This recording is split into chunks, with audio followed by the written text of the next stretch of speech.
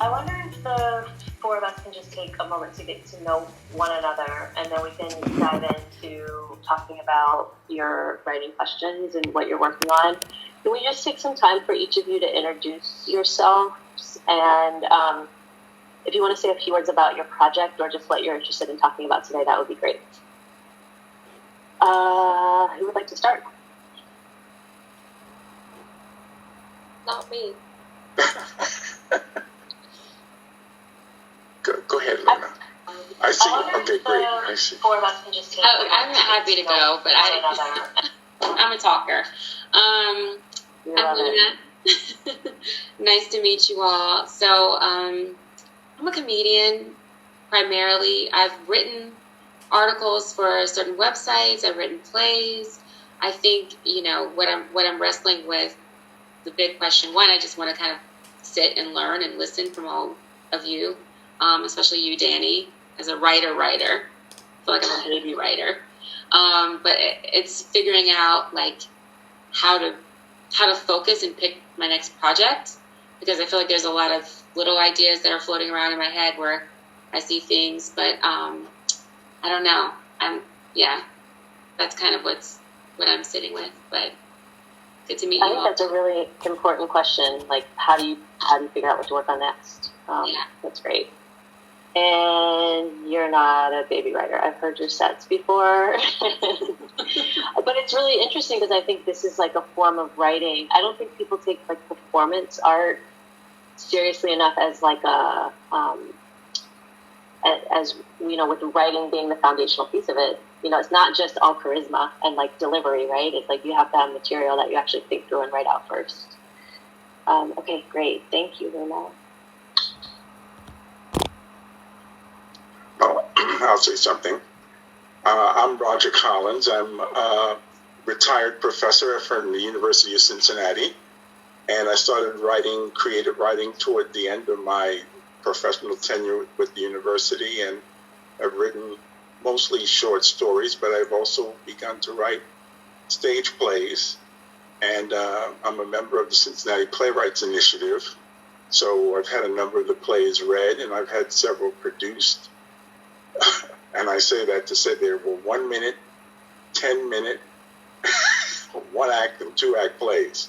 So at least the first 2 I never even knew existed as a format.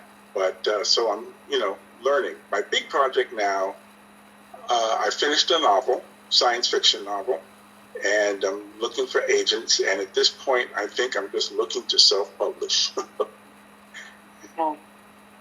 That's very exciting. When you said the first 2, you didn't even know they were plays, or you said you didn't even know they existed, or you didn't know about the format. Could you say more about that? I never heard of a 1 minute play. Okay. I never heard of a 10-minute play.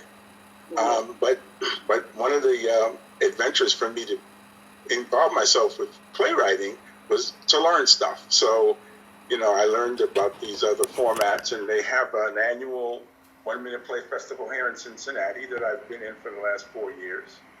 And, it's a genre nationally, actually. And I never heard of a 10-minute play, actually. So, these are things I've learned. Yeah, that's exciting. Yeah. Learning as you go. That's all we can do. Okay, thank you. Cassandra? Hi, everyone. I'm Cassandra Cassie. It really just depends on my mood. I guess I'm kind of a comedian, too. I like to think I am because I take improv classes. I've been taking them for about a year now, and I've done a couple of shows, and that's really fun. But I started improv because I like to write creative nonfiction that makes me laugh, and I thought it would help me with my writing. So any chance I get, I'm trying to think of new essay ideas and write more essays. They're mostly just like stories about my life, mostly about childhood, because I'm not that old, so I don't have much to write about yet. That's really all I have to write about is my life so far. But yeah, I really want to get an essay collection published. So I think what I really need help with and why I'm here is just trying to figure out how I can really make the pieces I have now publishable after I've taken them as far as I can myself. I just kind of wonder, what else do I need to add to the pieces or revise so that I don't just keep getting rejection letters in my inbox? Okay. Yeah, I mean, that's worth it. You know, the rejection letters are worth it. It's part of the process. And then I understand what you mean about, like, okay, let's figure out how to shift or like make this more palatable to whoever these editors are that you're pitching. So yeah, that makes a lot of sense. Okay, why don't we? And I'll say just a bit about what I do, and then we'll get started. And if we could just go in reverse order, does that work for you all? So we'll start with Sandra and then Roger and Luna in terms of working one-on-one, you know, talking about the questions that you bring.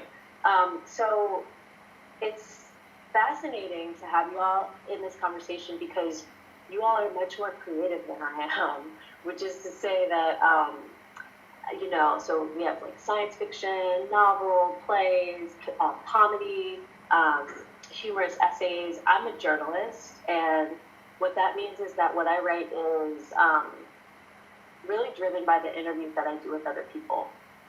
There is, of course, creativity in what I do because I come up with story ideas. I think about what interests me. I read a lot of news and then really figure out where the gaps, like what is the existing coverage missing that I can maybe add and bring to the story. But really, like, the meat of what I do is, you know, the ideas and the work and the thinking that other people are putting into the world. I'm just the person that's kind of tapping into their knowledge and their expertise or their life experience and figuring out a way to lift that up and to weave that together along with the voices of other people and create some kind of story. That said, I also do analysis,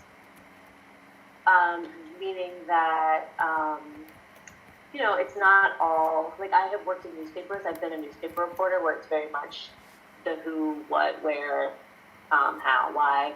I've done straight news reporting. I covered schools. I've worked on a metro desk, so done general assignment reporting. But at this stage in my career, I am doing more and more kind of explanatory reporting and a lot of analysis where I am kind of bringing my own thinking into the kind of weaving together of the reporting that I do. So that is to say that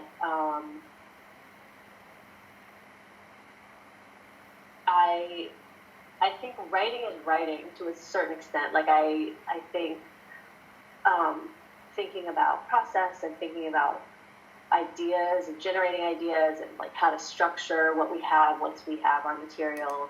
I think that a lot of that can be applied across genre, so hopefully you guys feel the same. But I also do just want to acknowledge that that there is some kind of that I'm really like excited to hear more about what y'all are doing because it is much more like it's coming from your own creativity, and that is a bit different from the bulk of what I do.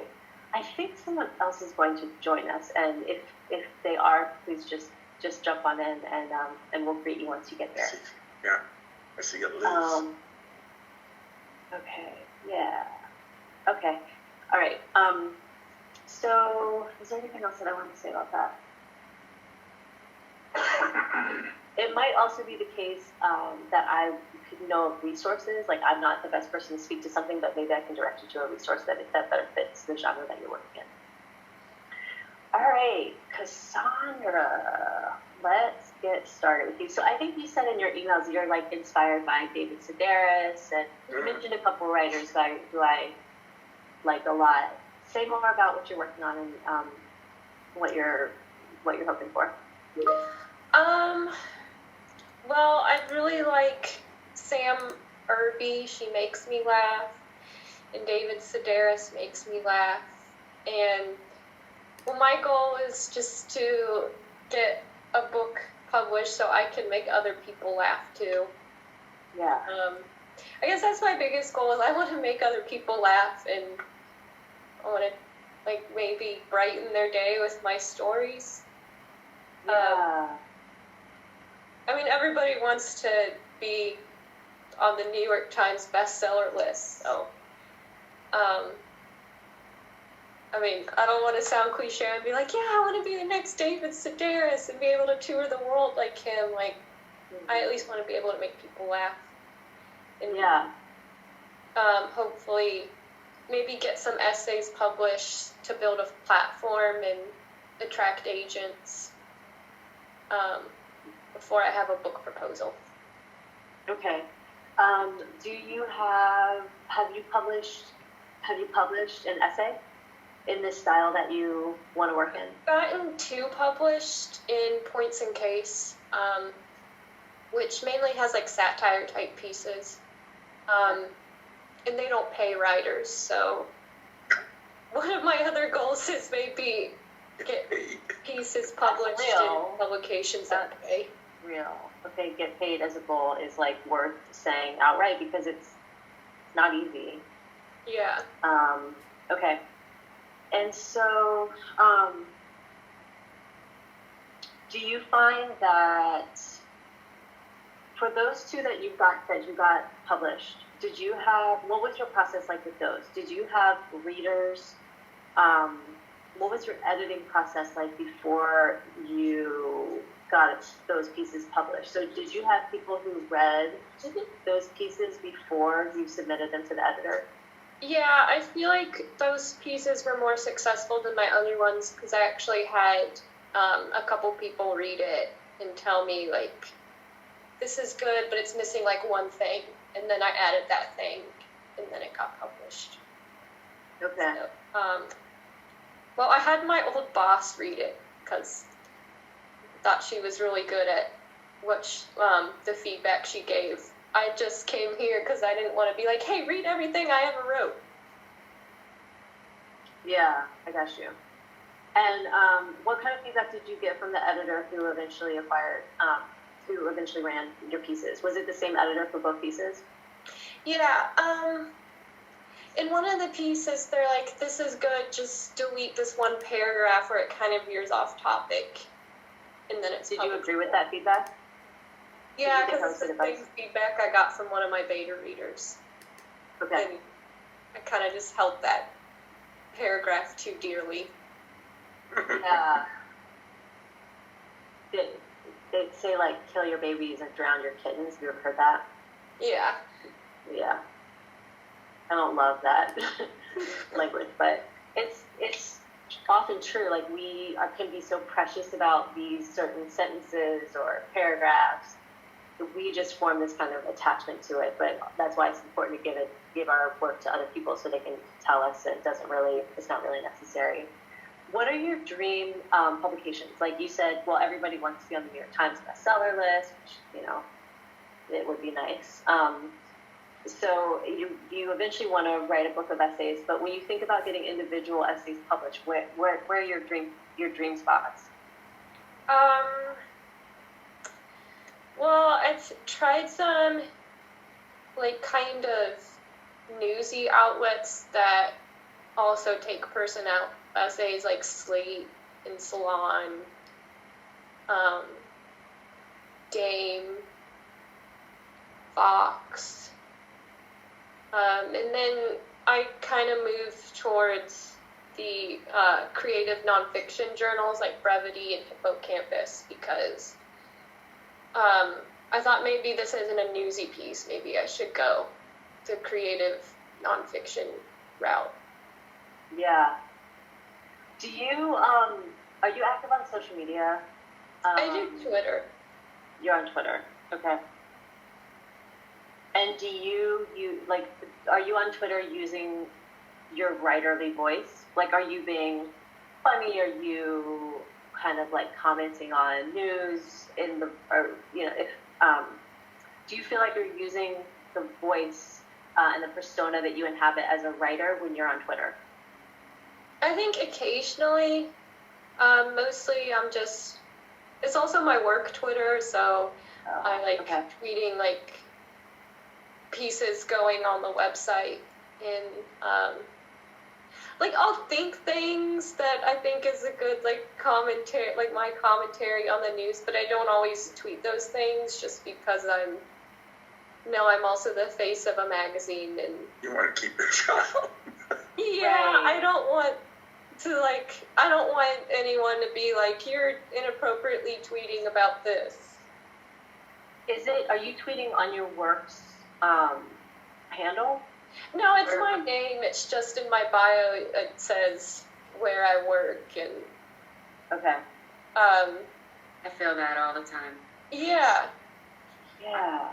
Like, I don't want to talk about politics, and like somebody, like one of my colleagues or an author I've worked with there, like disagreed with those views or something like that. So I just try and keep all of that out.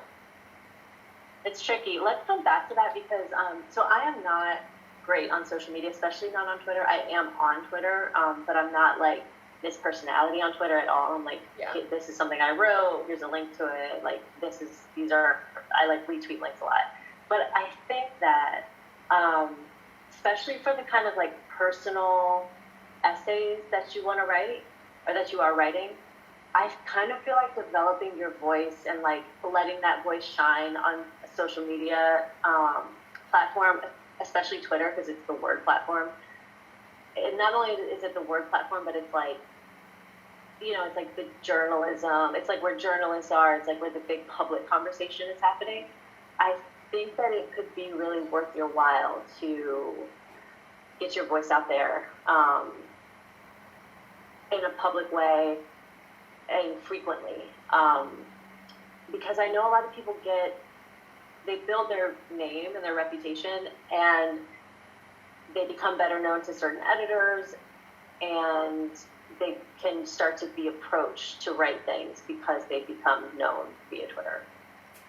It's not really my world, so I hesitate to give too much advice there. Luna's really good on Twitter. Maybe she has things that she wants to share, but I think that can be something important. So let's just put a pin on that, because I don't want to, that's just like one particular avenue, but I did just want to mention that.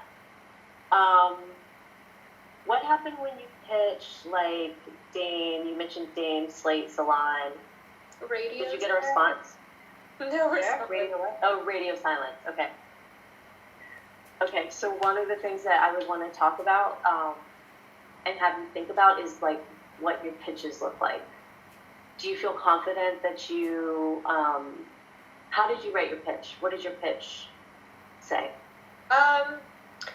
Well, I kind of changed the pitch for each outlet. I looked at the Byline Bible by Sue Shapiro, and I used her formula of come at it with a timely angle, and then kind of go into like describing the piece that I wrote and my background.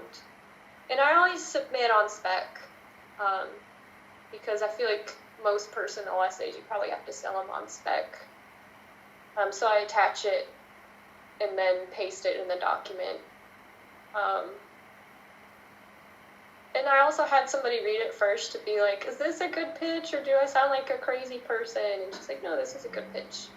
And then I send it after I get some feedback. On the pitch.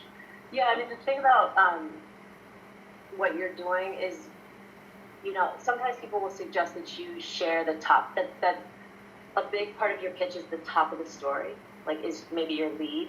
Maybe depending on the length of the piece you're pitching, maybe even like this is newsier than what you're doing, but like the lead and the nut graph, meaning like you're kind of anecdotal or like your style-y first paragraph, but then also the nut graph where you kind of summarize what the rest of the piece is going to be like. But I think what's important for you writing personal essays is the editor wants to get a sense for your style, because it's about like, is this voice going to capture the reader? And so they're going to want to get a feel for what your voice is. So even more than describing the piece, like give them a little bit of the writing so that they can get to hear you. Does that make sense? Yeah. So are you saying to maybe like use the voice of the piece in the pitch? Exactly. Or even take the top of the piece and like make that the pitch, make that central to the pitch. You might need to set it up a little bit, but they're going to want to hear your voice. Yeah. I think I've heard that, like turn your, like the start of your piece into the start of the pitch. Yep. Yeah, I think that's good advice. Yeah. My daughter is making notes. She needed that pen right at that second, so Right. hand it over. Okay, so this is great. I know I've just kind of touched on a bunch of things, and I do want to come back to that social media piece in a little bit, but I want to make sure we get to all of us. Cassandra, is there anything else before we move on? I think the getting paid part is crucial, and to me, that just comes with experience. Like the more clips you get, and that you can show an editor, the more you have to kind of, the more leverage you have, and the more you can kind of push for a fee.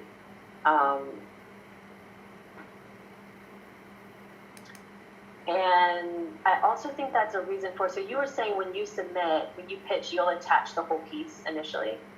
Yeah, I'll attach the document and then also paste it in the Word doc. Like paste it in the body of the email after the pitch. So I wouldn't do that, or I don't do that, I'll just say that. I don't do that. And the reason is that they don't, you want to kind of tease them a little bit. Like they don't get the whole piece, especially not for free. They don't get to see that. You want them to get excited about the idea and then enter into negotiation with you. And if they want the piece, they can pay you for the piece, or they can, agree to publish the piece if you're willing to do a few for free. But I think one of the things you risk when you hand over a piece without being in conversation with the editor is, this is what we risk as freelancers or as people who just submit work. Especially in this market that we're coming up in now, where people don't have freelance budgets and they're trying to bring all their work in-house and give it to their in-house writers. I mean, it happens that people take ideas that freelancers give and turn around and give that idea to somebody who's on staff. So you don't want to show too much. You want to just get them kind of interested and excited. Now that's how I pitch as a news person. It might be a little bit different as an essayist. I'm not sure, but I think I would look into that. And if you have friends that write those kind of essays, ask them what they do, because I know that's you wouldn't do that for a newsy piece because stuff gets stolen all the time. Ideas get stolen. Oh, it's happened to me before. There you go. Yeah. Let's move on, if that's okay. Roger, let's talk about, you're working on this, you finished your sci-fi novel, and you're thinking about getting it published. Absolutely. I've sent it to first of all, let me just tell you how shocked I was to know how many literary agents there are out there, even those with specialties like science fiction. So I must have queried dozens of agents, and you get the kind of replies like it's not a good fit from my list. I should say that a couple of the first two chapters of the novel were actually published in a journal called Embark that is dedicated to publishing the opening chapters of novels. So I feel it's not horrifically written. Faint praise. Probably a huge understatement, but okay. Giving myself faint praise. So it's decent, but I think the issue is, do they find it, it and or me worthy of their investment in terms of time and other things and other resources. So that's why at this stage, although I haven't heard from everyone I've queried, I'm thinking, well, at least at some point you need to investigate self-publishing. But at times like that, I also can switch back to playwriting, which I've done. So right now I'm just sort of working on a longer play than I've done recently.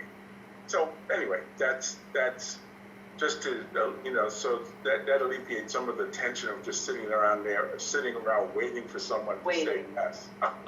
Yeah. So. Yeah. So, okay. Well, first of all, congratulations on finishing your novel. It's really exciting. And on getting those initial chapters published. That's also exciting. So I learned a lot about the fiction world from my friends who write fiction.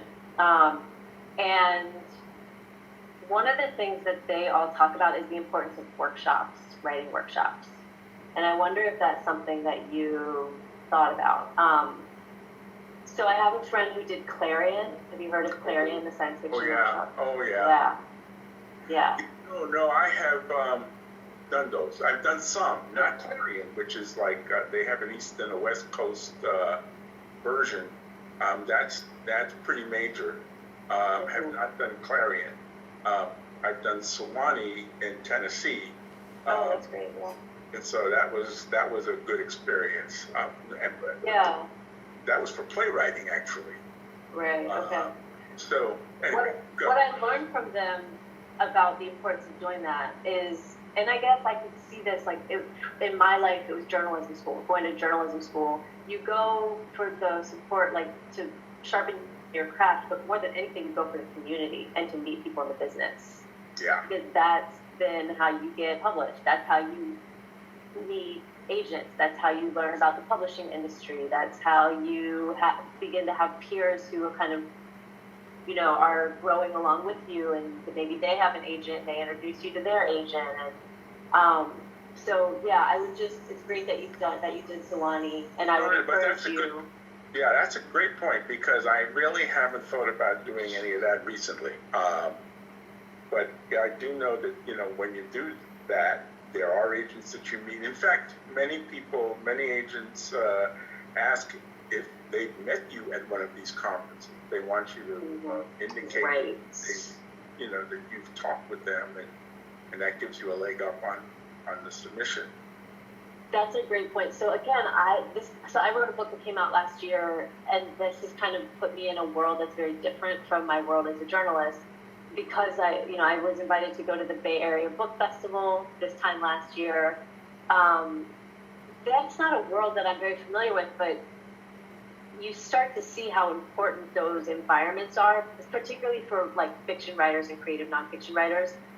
They are really promoting their work, getting to know one another, meeting agents at a place like AWP, which is that big writing conference. It was in San Antonio this year. So I would just encourage you, and like I said, as you know, there are ones that are specific to sci-fi that could be really useful. That could be really useful for you. The other thing that I think is really different, and that I learned from my friends who write fiction, is that when I was trying to get my book published, I wrote a proposal that was basically I wrote the introduction and an annotated table of contents where I basically structured out what the book was going to be, and then wrote, several paragraphs for each chapter. And that's when my agent then, shopped around. That was kind of the offering.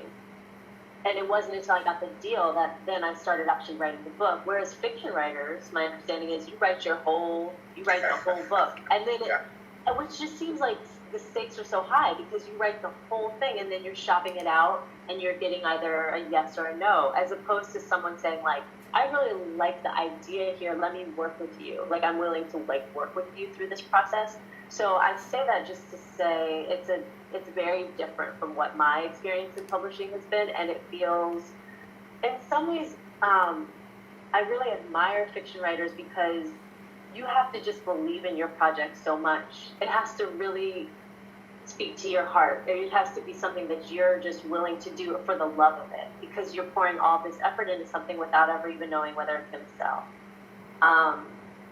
So I just want to acknowledge that hard work and say that I admire the journey. Among the letters of rejection I've gotten, they will include that we see the passion for your work, but you're still not a good fit for my with my client. It is what it is. You just have to move on.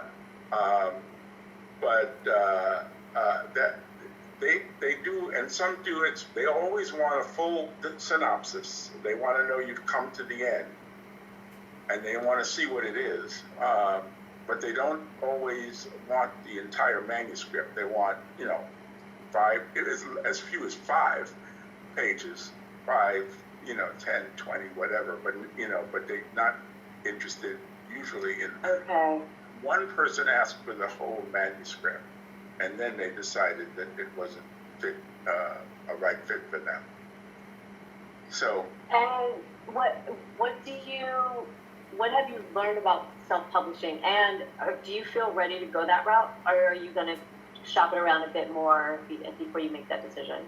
At this point, I'm just investigating it, so that when I do decide that, okay, I want a concrete, something other than on my hard drive,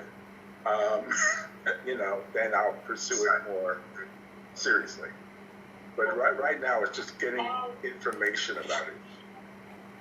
Right. Okay. Welcome, Joanne. I will welcome you more broadly in just a moment. We're just wrapping up another conversation.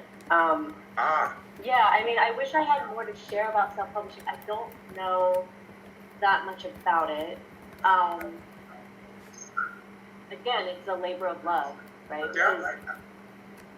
The thing to think about with self-publishing is and I actually don't know the answer to this, but like the distribution piece. It's one thing to have a book, to have it published, but then how do you get it out there? How do you share it with the world? And I think that what you have to take on in self-publishing is it's a really heavy lift. So that I just encourage you, as you do your investigation, to really think through that part of it. Once you have this book, once you have these boxes, what are you going to do with them? Right. And not only the distribution, but the publicity. Because this is what I learned in book publishing. It's like writing the book is only half the deal. Then you have to figure out, how do you get people to cover it? How do you create buzz around it? How do you create demand so that people want the book? How do you get the budget so that you can travel around and talk about the book if that's something that you want to do?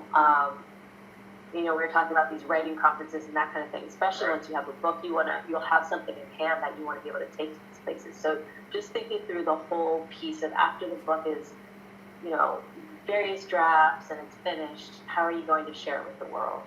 Yeah. Well, my big takeaway from what you've reminded me that I have not been. I used to go to conferences just to begin to get acquainted with the world of fiction writing, because I was coming from the professoriate. So, but I've stopped. So that's something for me to think about. How to get back into that. Yeah, I think it really. Once we're allowed to travel. Yeah, once we can travel. But even in the meantime, like AWP, and that might not be the right community for you, but they have a newsletter, they have a magazine. A lot of these places, just like every place else, they are taking their programming online. Right. We can't travel right now, but a lot of people are offering these kind of webinars and online gathering places. So, yeah, I encourage you to check that out. Will do. Yeah. Great. Okay. Joanne, I'm sorry, do you go by Joanne or Joe? Joe's easiest.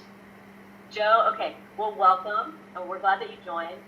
We're just taking a moment to go through each person's questions and projects and what they're working on. So, Luna, do you want to share what you're thinking about?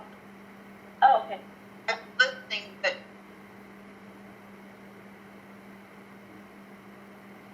She stopped. Until now. You're frozen. Okay, you were listening even before you joined us. Yes. Okay, great. We're going to move on and talk with Luna about. She's trying to figure out how to pick her next project, and then Joe will curious to hear what you're working on. Luna, what are all the things that you're juggling? I know it's a lot. It's a lot. yeah, I've been kind of connected back to writing again. I'm like realizing in this space and time, I'm like, oh, I am a writer. I should write more. And I was commissioned to write a play for the Bay Area Women's Theater Festival. That would have been last week. And because maybe a month ago it got canceled, and I was just like, oh, let me slack on that. So there's still a play idea around, based off a friend of mine, Dara, whose birthday was yesterday, whose father is pressuring her to be a magician, even though she's a respiratory therapist. So I pretty much You've mentioned this before. I mentioned it before, and I submitted the concept similar to a pitch. I pitched that idea to the Bay Area Women Theater Festival, and they were like, yes. But in some ways, I'm like, the concept writes itself, but it doesn't. I have to write it. So I'm still slacking on that. It's postponed indefinitely, but it will be, at some point in time, they'll do it again. So there is a venue for it when it's written. But I've actually realized that I had all these other ideas and thoughts. I've written essays before, and I feel like I'm kind of in that space right now. So I'm like, maybe I should just be focused on maybe like writing an essay a week, or maybe just writing more essays before I put a number to it. Just some things that are just happening for me during this time. But then there's also other creative ideas that are coming, and I just feel like I just need to focus my mind and choose one thing. And so I'm really just curious of like, how do you decide that, the next thing or the next project? Yeah, I mean, it's such a great question. I think where I would start is, what's my goal? Like, if your goal is just to work your muscle, and you want to establish a habit, then I think the idea of writing an essay, or like picking some kind of thing that you do every day or every week or every month, is a great idea, because it's not about what you're doing to share with anybody else. It's about building that muscle in yourself. So if you're kind of at, like, what do they call it, woodshedding? Like, if you're in that moment where you're just trying to like get better, improve, practice, try things, experiment, I think setting a goal for yourself like that could be great. And I'm just going to mention two books. You might already know them. One is The Creative Habit by Twyla Tharp. Do you know that book? Mm-hmm. Twyla Tharp is a choreographer, and dancer, and she wrote this great book about creativity called The Creative Habit, and it's filled with all these like exercises that when we are just trying to like bone up on like our skills and get into the groove of creative work, that she offers these exercises that we can do. And then the other one is, I think more people know, The Artist's Way by Julia Cameron. Yeah, so they're similar in that they're books that are full of exercises, like Take Yourself on an Artist Date, The Morning Pages, which I think for me, I read The Artist's Way many, many years ago, and that's the one thing that I took from that book that's like, I don't do it all the time, but if I am feeling like I just need to practice, it's a really good exercise around journaling that I come back to. So I would recommend The Creative Habit just for all of this, and I'm just saying it because it's nice to remember that that's a resource that we all have. But yeah, I would go, like, in terms of thinking about what is next, this play that you were submitting to the Bay Area Women's Group, were you paid? Are you getting paid for that? I will be. They will pay. I mean, I don't think it'll be much, but they will pay everyone involved in it. Yeah. Yeah. So like, I would think about, is that my goal? Like, is my goal to get commissions and work on those either for pay or public recognition? Just like to get, to be connected to these performance spaces, or these kind of, just another question to ask yourself, like, is my goal self-focused? Is my goal about building up my own creativity and my skills, or is my goal about maintaining my connections in my community, where I want to like make sure that people remember, like people are thinking about me and my work a lot? Do I want to collaborate? Maybe your goal is like, I want to do something collaborative.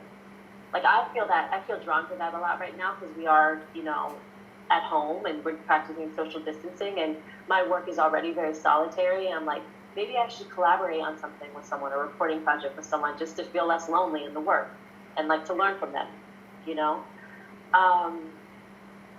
Yeah, so I would start, I think that would be my first series of questions to myself. Like, what is my goal? Sometimes we need to just like hustle and make some money. It's interesting. After these, the stay-at-home orders came down, like we started this period that we're in, I got really active. Like I wrote 2 pieces in a couple weeks, in like, I don't know, 3 weeks or something, which is not my typical pace. I mean, I don't know. But I realized that I was doing that because I felt so restless and like scared and overwhelmed that it helped me just to have something to work on. It helped me to like not have the time to sit and scroll through the news and scroll through Twitter because I had a deadline. Because that's what I do when left to my own devices, is just like way too much news. So it really helped me to pitch and have an editor say, yes, please submit this by this day, and then know that like I just have work that I have to do, and it helped me get through those initial 3 weeks of uncertainty.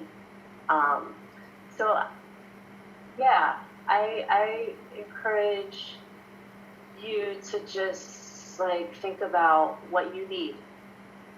Like what do you need your work to serve in your life right now? And that will hopefully guide you. I appreciate that. Thank you. Yeah. You're welcome. I want to mention something. The Cincinnati Playwrights Initiative. Oh, yeah. Have you heard of them? No, I haven't until you mentioned it earlier. Okay. Local group of playwrights, and we have workshops and readings and sort of try to work with playwrights through the whole developmental process of recognizing that it takes a while to revise and hone it into a piece you feel totally good about. Thank you. Anyway, thanks for that. so they've been very helpful to me because, all of these initiatives I've taken are new. So after I stopped, I said, I wonder what it would be like to try to write a play. After I had published some short stories. And so I had to start that whole process as to, how to develop that craft. So they were very helpful. Thank you. I'll look into that. I didn't know about that till earlier. Joe, what are you working on?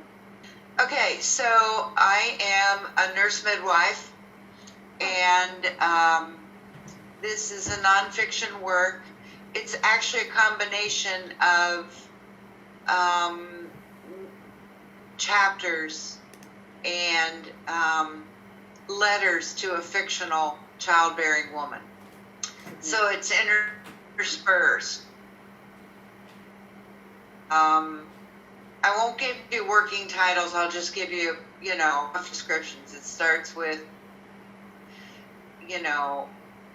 we sure as heck aren't the best healthcare system in the world. How provider, we are a technologically besotted society, having to do with all the technology birth. And the letters are very personal to one woman. Explain various topics might mean to her. So there are 4 letters. I'm about 2/3 of the way through. I've been listening, so I'm going to answer some of the questions that I've published academic articles. I've written opinion pieces, but effort at a full book.